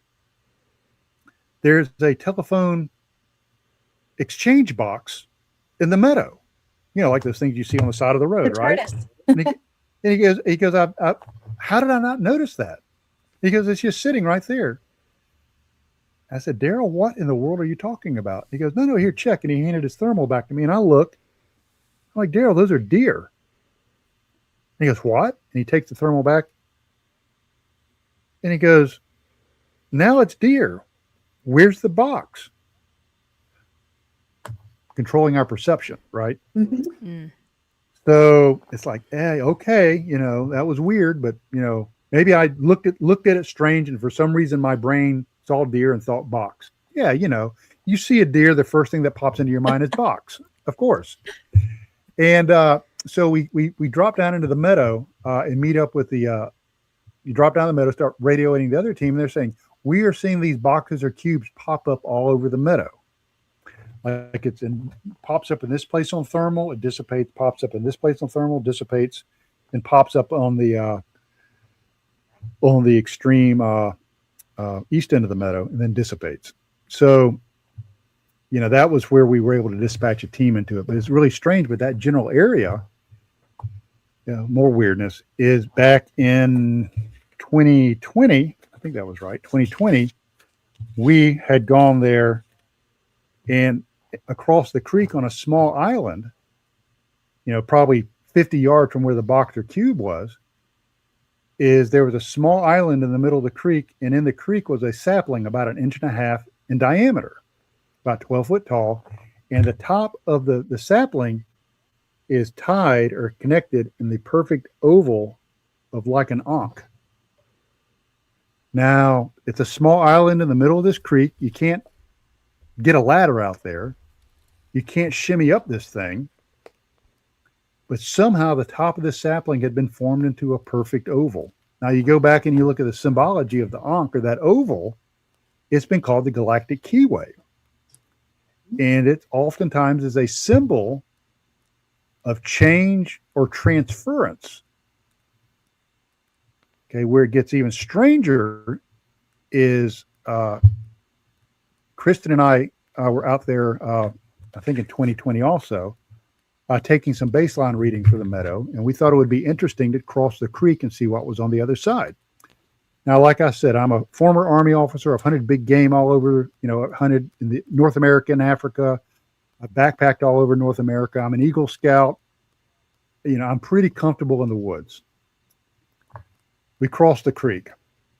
I come out of the creek, and I'm like, wow, this is another big field out here. This is another meadow. And I got really excited about it. And I told Kristen, I said, yeah, this is cool. You need to check this out. This is another meadow. Yeah, this was July of 2020. And she goes, Trey, what are you talking about? I said, this is cool. We can run like concurrent investigations on both sides of this big creek. It's like a small river. She goes, just stay there. I'm coming over to you. So she gets over there, and she talks about this in the film. And then there's a video of her actually coming out of the creek up to me. And she says, Trey, you're back in the meadow. I've probably been there 50 times. I said, no, I'm not. No, I'm not. And this is going to sound crazy, and I'm going to have a hard time articulating this. So just bear with me. But the place that I saw was different. And when she said, you are back in the meadow, it's like it changed. It's like it kind of shimmered back into the meadow that I was very familiar with. And she got on the radio and she said, hey guys, Trey's having a problem. Something is not right. And of course, Daryl Neese, the chief medic, says, okay, we need to get out there really quick. Or do you need us to come out there and get them, or can you bring them back? And I said, guys, okay, I'm ASOG actual, which means I'm the actual director of ASOG. I'm pulling that card out. Leave me the F alone. Give me 10 minutes. I'm going to sit down. I'm going to drink some water and just nobody talk to me for a while. I was that disoriented. And if I hadn't had Kristen with me, like I said before, I probably could have ended up in one of David Paulides' missing 411 books. Something happened. We were running logging program on our Geiger counter. At the exact same moment, we had a radiation spike of 0.66 microsieverts per hour. Wow. It's the meadow. It's the meadow. It's crazy. It's like you accidentally walked into the cube or something. Something, and you go back and you look at it that, we know the cube is transient, or we're assuming that it's the same cube. It might be a series of cubes. It was in the same area where we saw the ankh. It was probably 25 feet from where the ankh was. It was probably 40 yards from where the cube was. And then we have the quantum analysis that shows that the cube might still exist there in a quantum state and never left. So it makes you wonder if for some reason this thing turns on and you can walk into it and the reality that you experience is not the reality that everybody else experiences. And God help you if you don't make it back across that threshold. Yeah. Missing 411 completely. Yeah. Wild. All We do right. I have think somebody we in had the. Oh, is that were you Yeah. pulling the same one? Yep. Okay. Oh, yes. Did I get any interesting messages from a spirit box in the Meadow? Yes. Once again, very weird. This is also in the film. You'll see this. And the transcript is in my first book. The entire transcript of this. We use something called the Estes protocol. And what the Estes protocol, if y'all aren't familiar with it, just bear with me. I know y'all are familiar with it. I don't know if your listeners are. Is you take like an SB11, spirit box. Just a basic run-of-the-mill spirit box. And, it jumps through either AM or FM frequencies and, it picks up little fragments of words. Except what you do with that is you wear you have a person called an interrogator and a receiver. The receiver wears a blindfold. They have earbuds in their ears with shooting muffs over that. They sit in a chair. They have no idea of what the environment is around them. The headphones they have are hooked up to the spirit box, and they are given the simple instruction is if you hear a word, an intelligible word, and I don't care if it's the word rutabaga, is you just repeat rutabaga as soon as you hear it. Don't worry about it sounding stupid. Just repeat the word. So we did that in the Meadow. And what it appears to be is we engaged in a two-way conversation with the NHI. And it talks about us going through the portal one time. It talks about kind of the nature of the portal a little bit. And then I start trying to pin down the entity, the NHI, about some of the phenomenology. So I start talking about things like electromagnetism, plasma energy, and it gets really upset. It gets really perturbed, almost like we were getting too close to the truth. And whenever I show that video, when I'm lecturing, I put it up there. And I always ask the audience, I said, I'm not going to influence you one way or the other. Watch this. And I'm going to ask a question at the end of it. And at the end of the film clip, I said, how many people think we were in contact with an NHI? And almost to a person, every hand goes up. So you were in contact with something. So. Yeah. Yeah. Yeah. The Estes method is just, it's one of the most exciting things that we've used in investigations. We've come up with stuff that we weren't even asking about. We were keyed into history on places and conversations that we were hearing that we would never have been privy to before. So, it's an exciting thing to use. Something we're also using is the God helmet. Developed by Michael Persinger. So I have a field deployable God helmet. That's and cool. We've had some pretty crazy results with that. Just crazy, weird stuff. And I've had some pretty big names in the community use it, and they've had some weird experiences. One pretty well-known individual, we were at a very well-known area of high strangeness, not the Meadow, somewhere else. And he was actually able to detect what somebody else in another group was saying, like 200 yards away. He was coming through his visualization while he was wearing the God helmet, and he was able to explain what they were saying. So, and we have a lot of visualization and other things. And, our theory is with the God helmet, like I said before, it's like popping a flare in a dark forest and telling whatever it is, the others, that, hey, here we are. And once they recognize you, time and distance is nothing to them. Like I said, not only are we not alone, we're never alone. And it can pop up and pay you a visit from time to time. Yeah, absolutely. All right, I think we're kind of coming down to the end of it here. Is there anything else that you would like to say before we? Yeah, We're getting a little late in time. I think we'll play maybe yeah, one or two rounds of the Notebook game and then get yeah. out. I'm sorry, but yeah, the Do not both Don't apologize. apologize. This has been great. We would happily go for another hour if we thought we could keep uh, watchers in. So both books are available on Amazon. The Meadow Project and Return to the Meadow. I'd be very honored and humbled if y'all would take a look at them. They're available in paperback, hardback, audio, and ebooks. So, that's all out there. Also, the documentary, The Meadow Project, is now available on Amazon Prime. Just Google The Meadow Project. I would be very happy if y'all would take a look at that. It has a lot of the stuff that we've talked about tonight, but you'll actually get to hear from the people that experience. Where am I? Well, if you go behind you go in the alley behind the local liquor store and look under the greasy cardboard box, I'm usually under there passed out. No, I'm kidding. I'm not. You can find me at Trey Hudson -author on Facebook, and you can go to trey.hudson.research@gmail.com, and that's kind of where I live. I also have a horribly out-of-date webpage at treyhudsonresearch.com that I need to update. Forgive me on that, but that's kind of where I'm at. I would love to hear from you. that's great. Yeah, and if you want to catch him, he's going to be at the MUFON Symposium on August 27th through the 30th.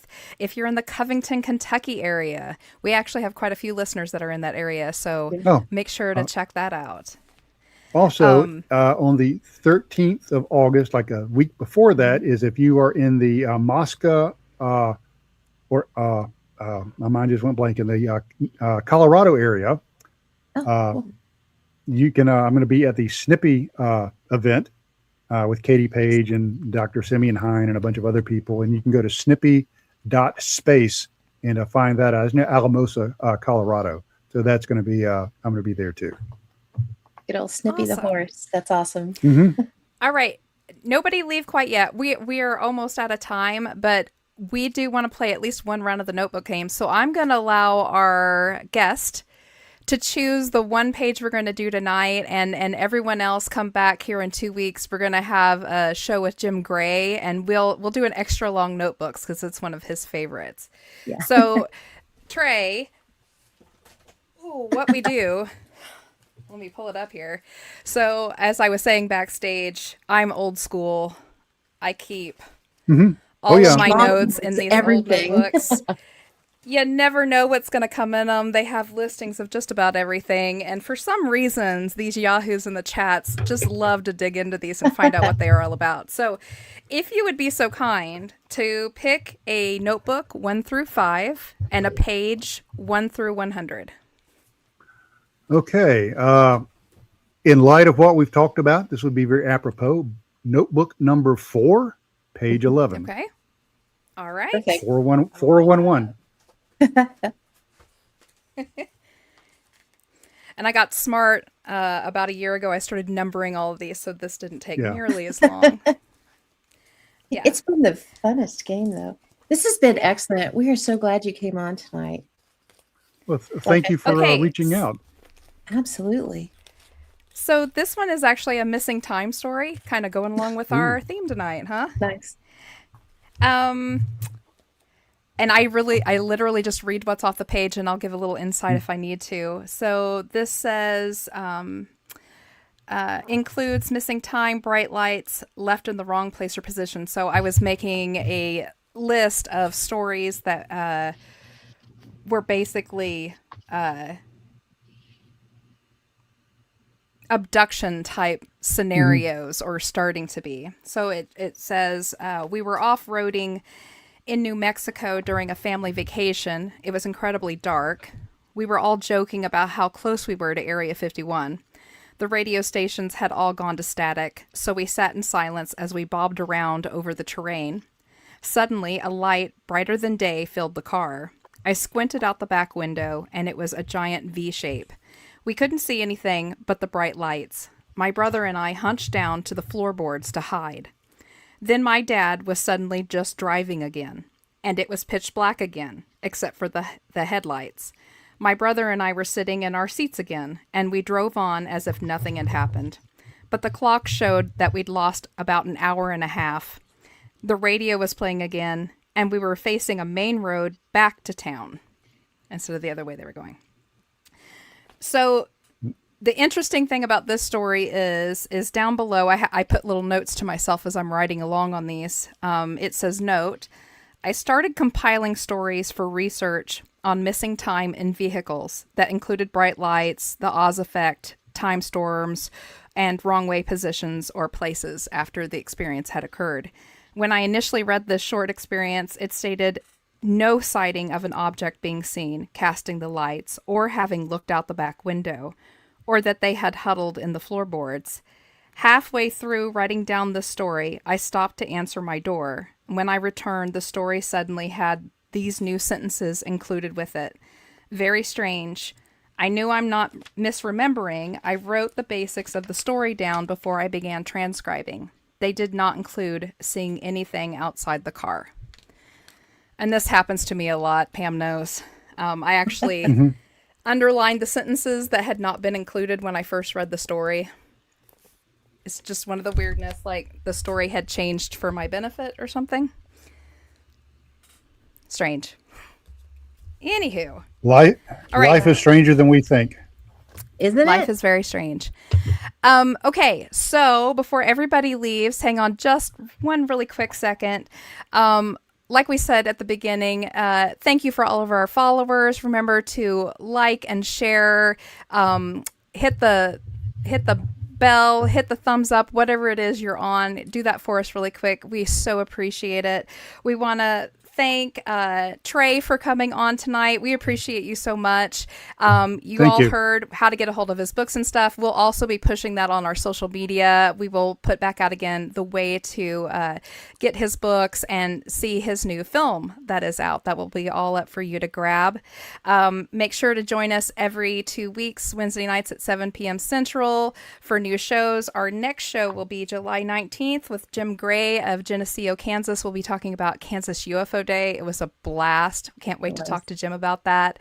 And then we're really excited because 2 weeks after that, on July 29th, we're going to have Chris Bartell in from Secrets of Skinwalker Ranch. He's part of the original security detail that was on the ranch during the Bigelow period, and he's going to come on and tell us all about it.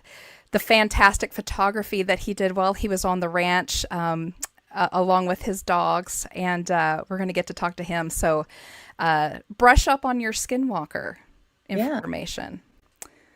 Yep. And I think that's it. Are we good? I think we're good. Trey, hang around. Don't leave. Yeah. Hang around. Don't leave. All right. I'm going to get us out of here. So follow the folklore.